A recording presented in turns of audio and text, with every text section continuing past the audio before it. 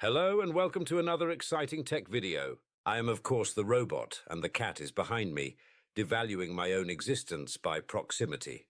Today we are going to be looking at the RTX 5060's capacity to create content. And by content, I of course mean its ability to stream, use Blender, and to edit videos.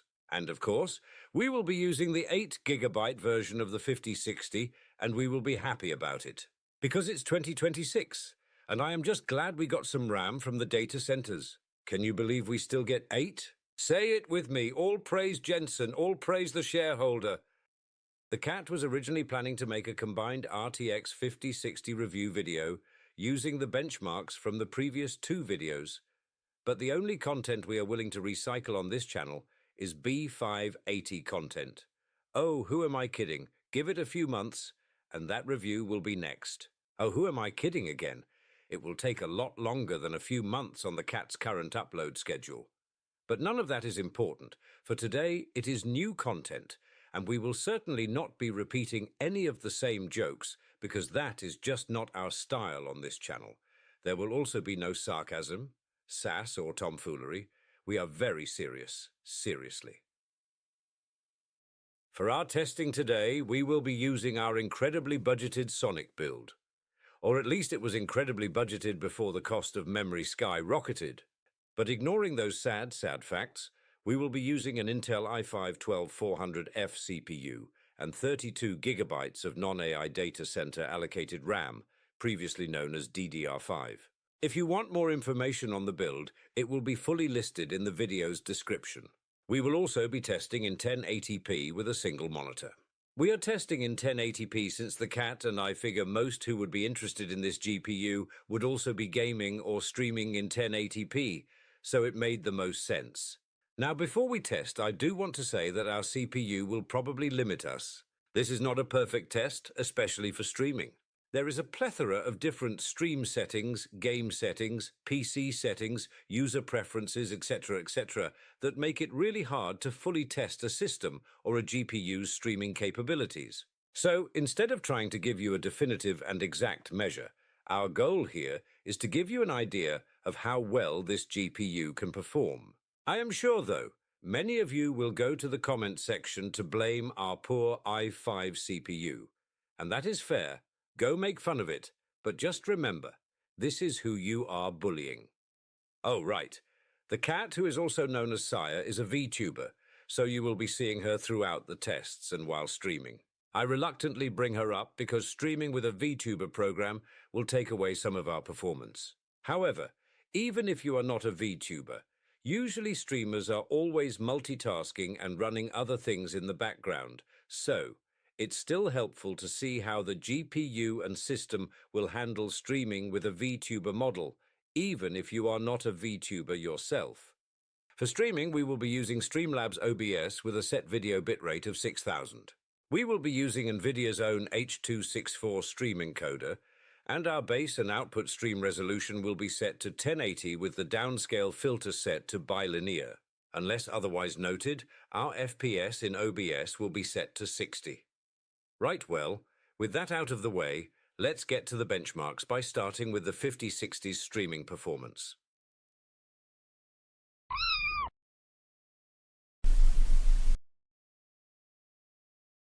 For our first streamed game, we will try out Counter-Strike.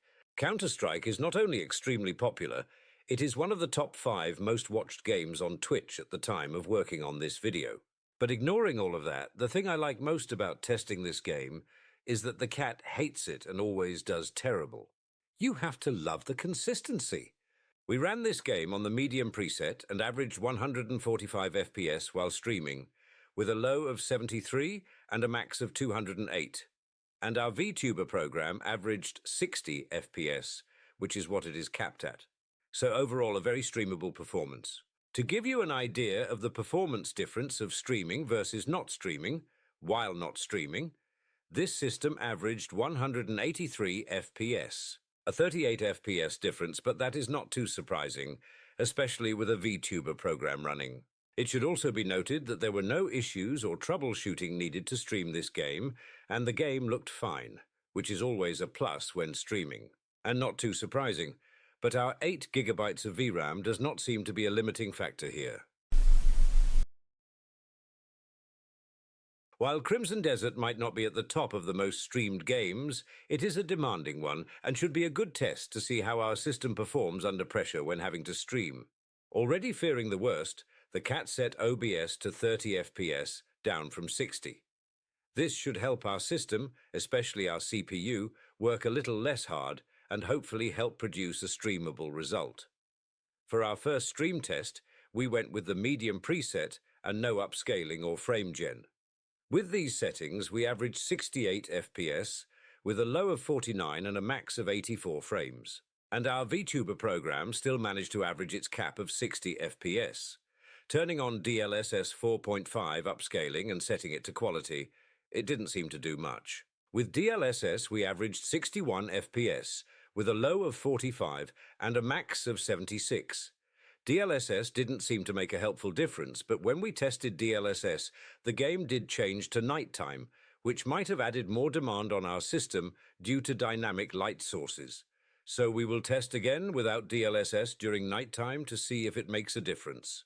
We will also set OBS back to 60 FPS because in the cat's opinion, the live stream gameplay seemed a bit choppy, even if it does not reflect in the stream VOD. So testing again with a more demanding OBS, and keeping to the same medium preset with no upscaling or frame gen, we average 63 FPS with a low of 46 and a high of 88. We could try a more aggressive upscaling, but we didn't want to diminish the graphics anymore since we were already on the medium preset. But that is probably more so the cat and I's own whiplash of going from 4K ultra settings with a 4090 to medium 1080p resolution with the 5060. So you may certainly try lower settings or a more aggressive DLSS if you want, but that will have to be left up to you. That aside, overall, and even considering we are only in 1080p, it did surprise me we at least streamed the game this well. My expectations were low, and we did torture the GPU and system like I thought we would, but we had a workable stream and no real issues to speak of in terms of troubleshooting. So I have to give our 8 GB 5060 a pass here. For our next benchmark, we will try out Fortnite. Fortnite will be another good test because it's a popular game and it's in the top 10 most watched streamed games at the time of recording this. Although it should be noted that Fortnite is a CPU-heavy game, and I am sure that won't affect us in this test whatsoever. Okay, so that was a lie. As you can see, this performance is not great. For this very laggy test, we were on the high-quality preset with global illumination and reflection turned off, and view distance set to epic. Astute observers will notice that our CPU is flawed at 100%, and the stream is dying faster than my copium about the tech market. But with our actual in-game performance, we aren't doing too bad. In fact, there was some FPS drops in-game, but we still managed to average 93 FPS. However, we are testing for content creation, and our stream performance was abysmal. I mean, you can see for yourself how unpleasant this viewing experience is, and for once, I am not even talking about the cat. Speaking of the cat, our vtuber program only managed 9 FPS, so overall this is a failure. And once again, I am not talking about the cat. However, not all hope is lost. To help our poor CPU, we will once again drop OBS's FPS from 60 to 30. And we will also lower the in-game setting to medium, with global illumination and reflection turned off, and view distance set to epic.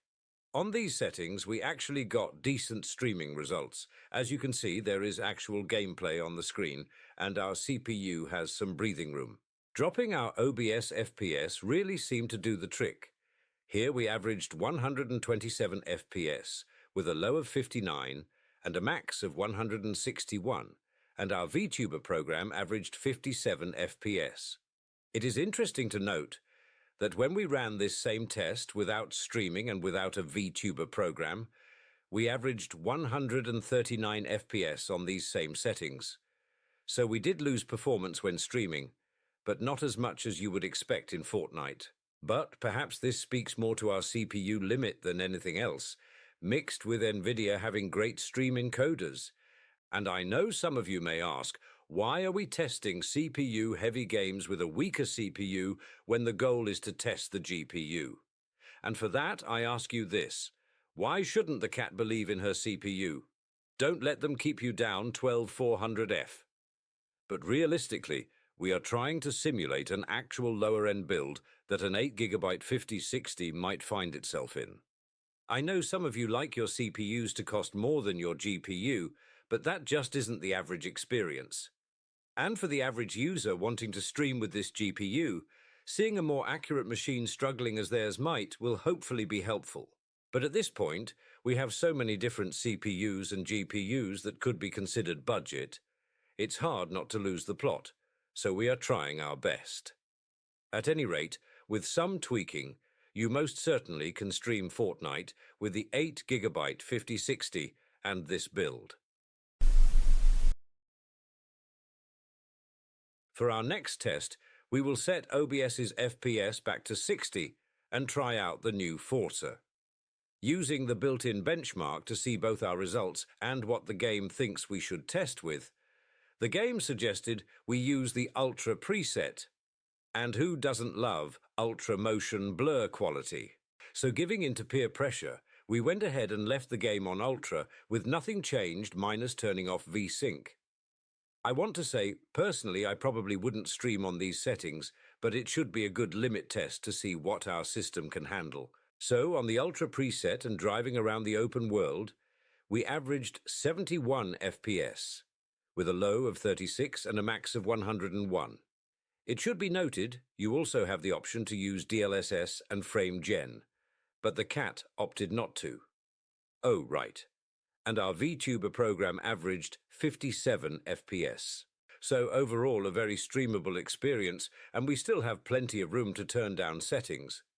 The cat and I were both not only impressed with how well this game ran, but how well optimized it seemed, which is certainly rare in today's AAA gaming landscape. Lastly, as some of you may know, it is tradition during our benchmarks to test World of Warcraft, and specifically the very important load-bearing test of zooming into a rock.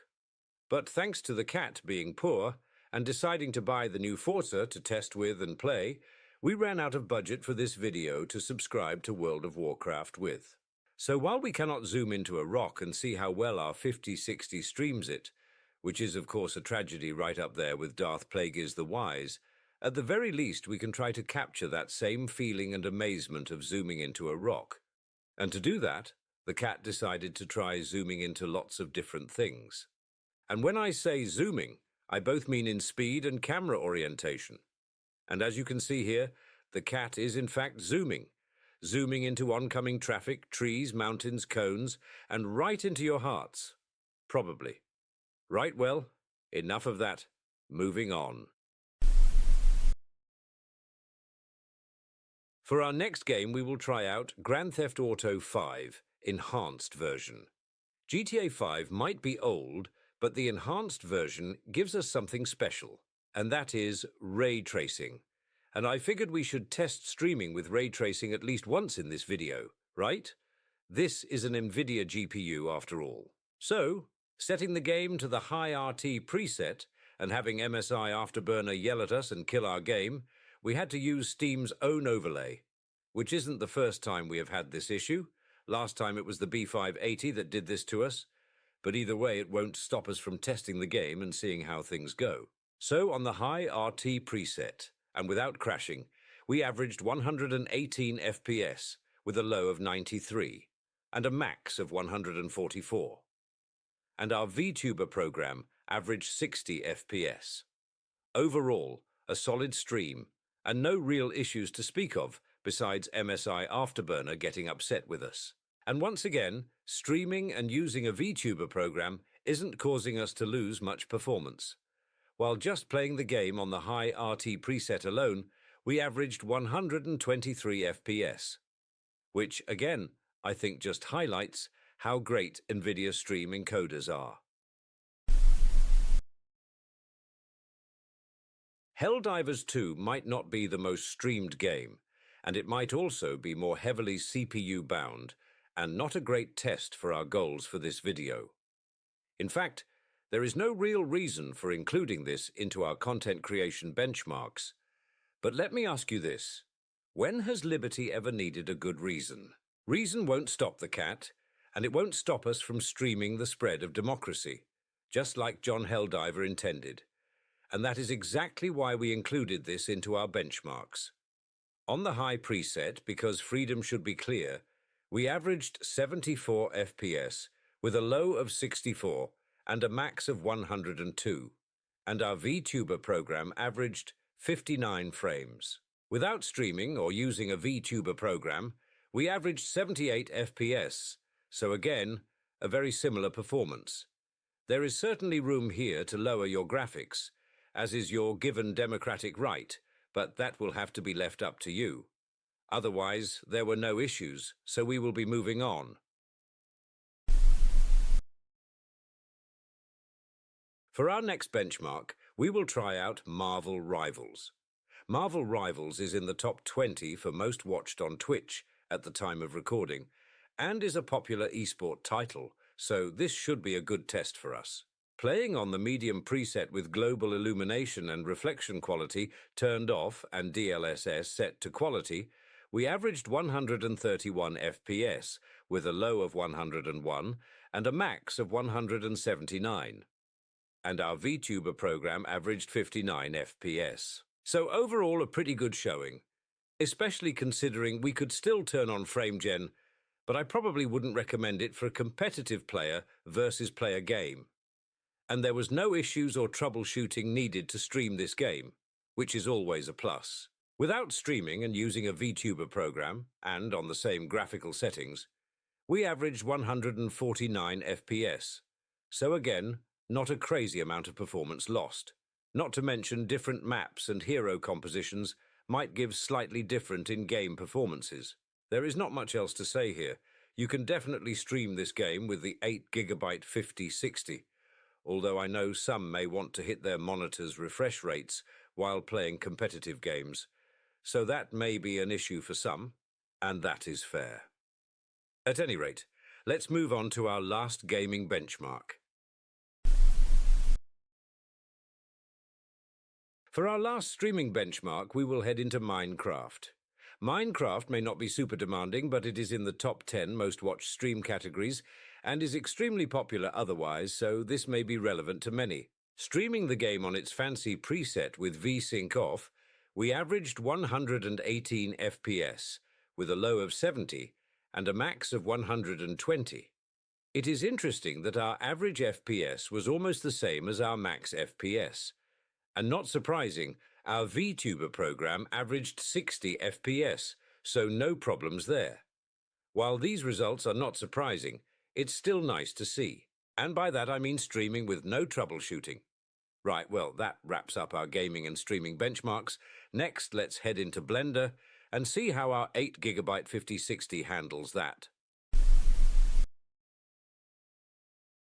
For Blender, we will try 3 separate demo render scenes and Blender's own benchmark software. And to help give you an idea of how well our 5060 performs here, we will compare our results against the B580 and the RX 6700 XT. Why? Because these GPUs should be similar enough to each other in performance, and we have tested these before. We can't very well compare results we don't have.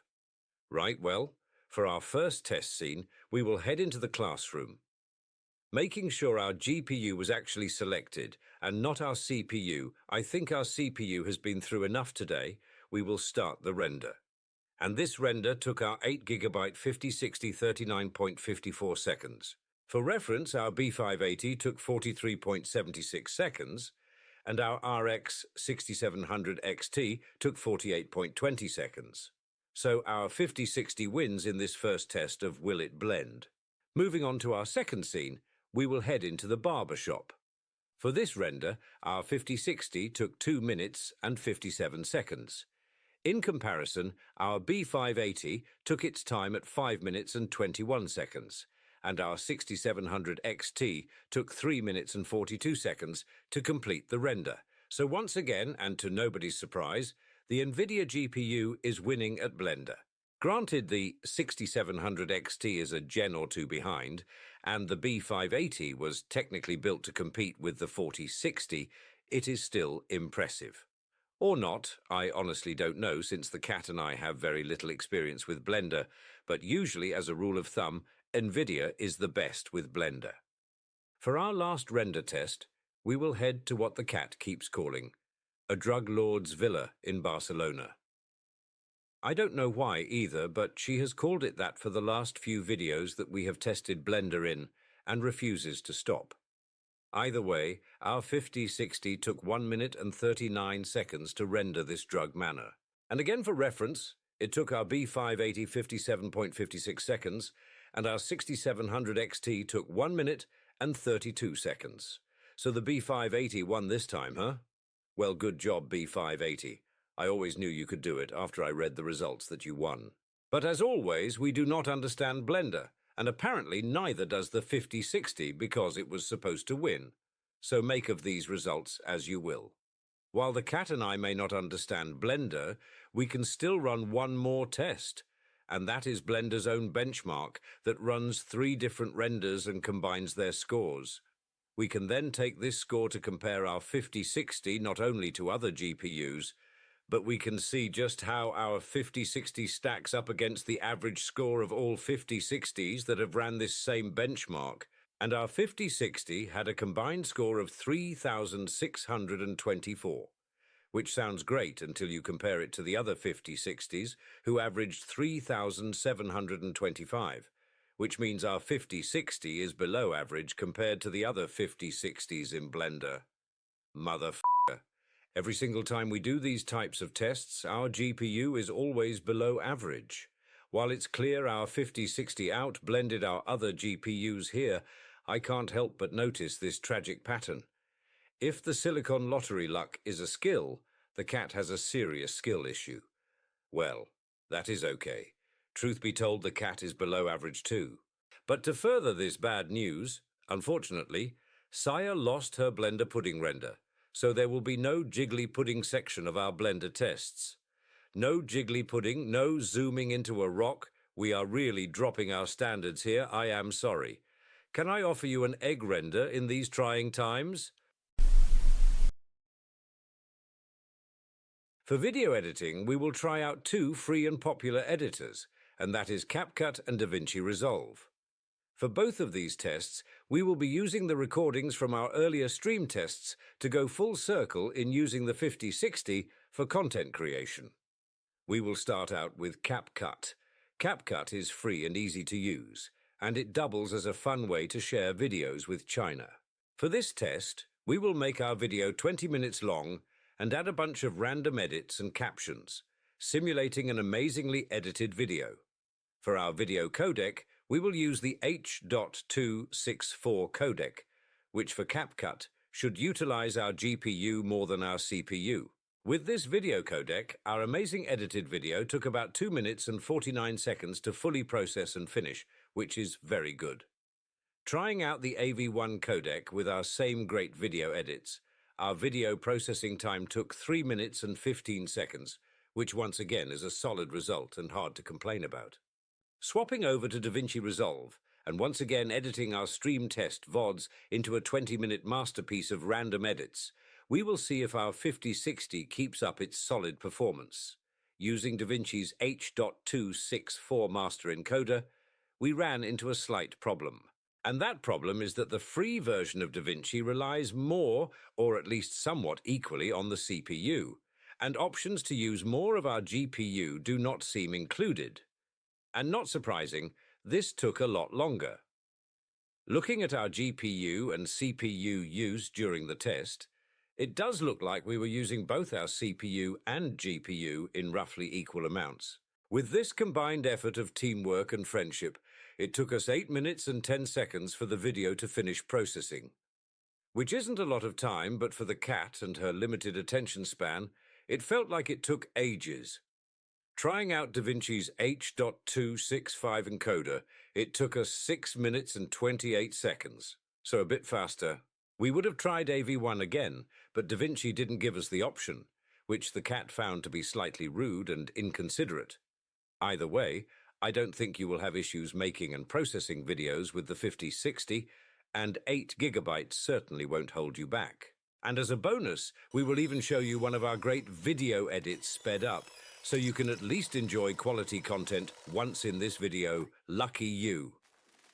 Look at that. It certainly is something, and things certainly are happening. Oh, I hope you are all just learning so much from our amazing video. Right, well, that is enough excitement, and I think it's time to wrap things up. Well, there you have it. We are at the end of the video where we wrap everything up and give our own opinion. Although, if you have made it this far, I would hope you have been able to form your own opinion based off of what you have seen, since that is always the goal of these videos. We test, we present what we found, and hope that it will be both helpful to you and maybe even slightly entertaining.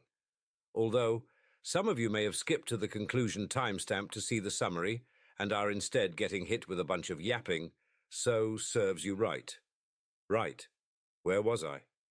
Oh, yes. Today we set out to test Nvidia's 8GB 5060 to see how it handles content creation. And overall, I think it handled it well. We certainly were limited by our CPU several times, but it never stopped us from streaming, or video editing, or blending. And neither did our 5060, which is Nvidia's second weakest GPU of this generation, with the 5050 holding the title of least swole. But everything worked as it should, and there were no major issues or setbacks. And even if we did have to swap OBS from 60 to 30 FPS, there wasn't any big issues, and we didn't need to do any major tweaking of our settings to get decent results. In fact, in many cases, we still had room to lower our graphics further. Not that I would fully suggest it. As much fun as it is turning every game into old-school RuneScape, if you are streaming, you have to worry about the viewer's experience as well. But in 1080p, I don't think you will have to worry too much about streaming with the 5060. Although depending on what you're running on your PC besides streaming, you still might run into some issues with only having 8 gigabytes of VRAM. We also only used one monitor for this test, and honestly, if you are a streamer, using 2 monitors is pretty standard. But unless you are doing something heavy on the second monitor, the added GPU use should be minimal. But that is still something to consider. I honestly wonder how this GPU would stream in 1440p, especially while using a vtuber program. Although if I had to guess, it might be pretty rough for some games that use more VRAM. For the most part, we had a little VRAM to spare in 1080p while streaming, but some games like Forza and GTA 5 Enhanced used most of our 8 gigabytes. That all being said, if we do test this GPU in 1440p, we will have to use a system with a stronger CPU to give the 5060 a fighting chance. At any rate, thank you all so much for watching, and if you made it this far, you are a champion of patience and a scholar. And if any of you want to support the channel more despite the cat's slow upload schedule, feel free to check out our channel membership or our Patreon. But as always, have a wonderful rest of your days or nights, and thank you for watching.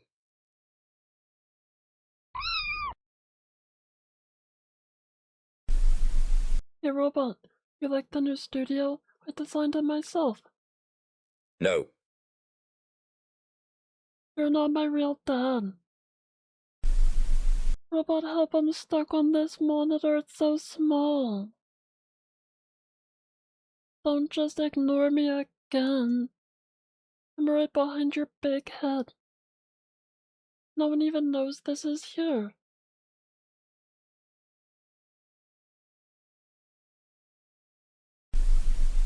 Did you know I have a sponsor?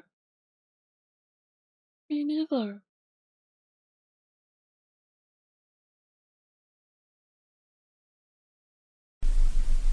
Bye everyone, thank you so much for watching. Make sure to like and subscribe. What do you mean you're not subscribed?